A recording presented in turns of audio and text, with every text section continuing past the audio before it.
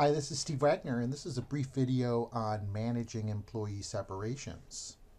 In this video, we're going to focus on managing involuntary turnover, and this includes employee dismissals and layoffs. Dismissals often occur when an employee has unmet performance or behavioral expectations.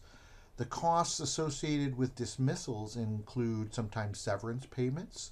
There are always administrative expenses. Then there are costs of recruiting and onboarding and training the replacement.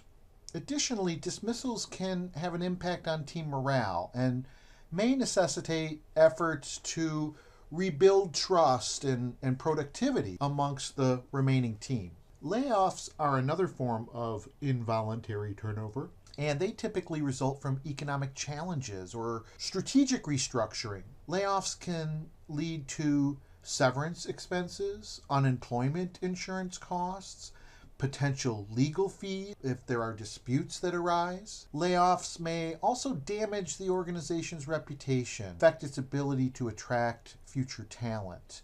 And for remaining employees, layoffs can result in decreased morale, increased workloads, and concerns about job security. Effectively managing involuntary turnover, whether it is dismissals or layoffs, is important to mitigate these costs and detrimental outcomes in order for the organization to maintain a more stable and engaged workforce. Dismissing an employee can lead to significant risks. They include legal risks, such as a lawsuit for wrongful termination. It can lead to reputational damage. There are many online outlets where negative reviews in social media can affect the organization. It can lead to security risks. In extreme cases, dismissed employees might engage in some form of sabotage or aggressive behavior. And oftentimes there are risks to employee morale. Dismissals can create a tense environment for remaining employees, affect team morale and productivity. Given those risks, we have to handle dismissals very carefully and ensure that decisions are justifiable and that they're communicated with transparency in order to reduce backlash. We also have to consider costs of not dismissing an employee. Retaining an underperforming or problematic employee can also carry cost. There is the risk of the organization being accused of negligence. Allowing or continuing underperformance can decrease productivity and affect team outcomes. It can create toxicity in the workplace that can undermine team morale and foster a negative culture. And in some cases, there's harassment, where an employee engages in harassing another, and the failure to act by the organization can lead to legal and ethical risks. Thus, the process of managing the costs of dismissal needs to be balanced by the costs of dismissing and the costs of not dismissing the employee. It's essential that we maintain a healthy work environment while minimizing financial, legal, and reputational risks. The decision to dismiss an employee shouldn't be a rash one. It shouldn't be one that we do without serious consideration and investigation. And so we need to think about a number of different things when we have to dismiss an employee. We need to do an investigation and assess whether the employee's performance issues are due to a mismatch in their role. Might they perform better in a different position or with some form of additional support? Identifying the root cause can help determine whether dismissal is really the best solution. We need to provide feedback and opportunities to improve. We need to ensure that the employee has received constructive feedback and had a fair chance to address performance issues. Adherence to established procedures such as progressive discipline system, which allows an employee multiple opportunities to correct their behavior before there is dismissal. This approach allows the organization to reduce the likelihood of legal challenges and demonstrate fairness while documenting the process that they provided support while also holding people accountable. Timing is also an important consideration with any dismissal. Timing can impact the organization and the individual. Dismissing someone immediately after a significant life event or at a time of an organizational transition might create or exacerbate negative perceptions and make the process even more disruptive. Of course, we need to consider the legal side of dismissal. And part of that is understanding the basic principle of employment in the United States is one of employment at will. This principle gives both the employer and the employee the right to end employment at any time without cause. However, it's not absolute employment at will. Organizations still have to comply with contracts they have with employees and legal obligations that they have to avoid wrongful termination claims. Wrongful dismissal occurs when an employee is terminated in a way that violates legal or contractual protections. Wrongful dismissal can result in substantial legal costs, damage the organization's reputation, and have other potential penalties. There are a number of key legal considerations in any kind of dismissal. We need to consider collective bargaining agreements. If those are in place, they often contain negotiated work standards for termination, and violating these terms can lead to legal disputes.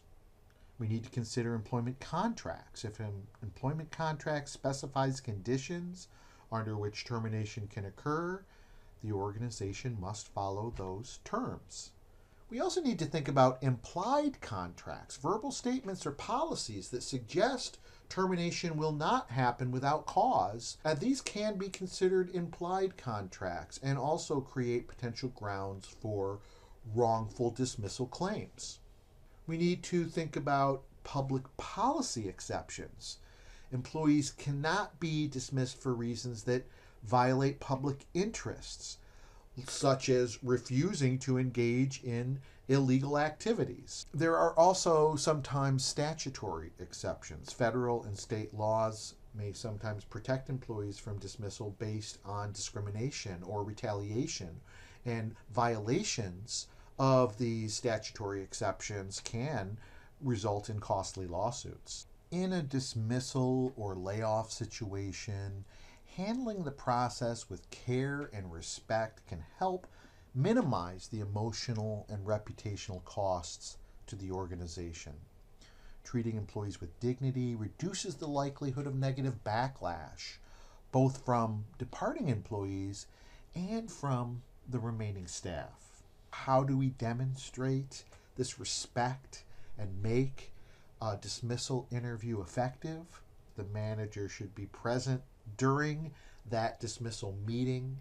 This shows accountability and respect and allows a more personalized and direct communication. We should be straightforward. We should provide clear and concise reasons for the dismissal without any evasion. This approach helps avoid misunderstandings and it demonstrates transparency. We need to avoid any falsehoods. Do not lie or sugarcoat the reasons for termination. Being honest maintains the integrity of the process and reduces the risk of potential legal repercussions. Make sure you place responsibility on the actions and inactions that led to the decisions rather than making it personal. It's not about the person, it's about the behavior in circumstances.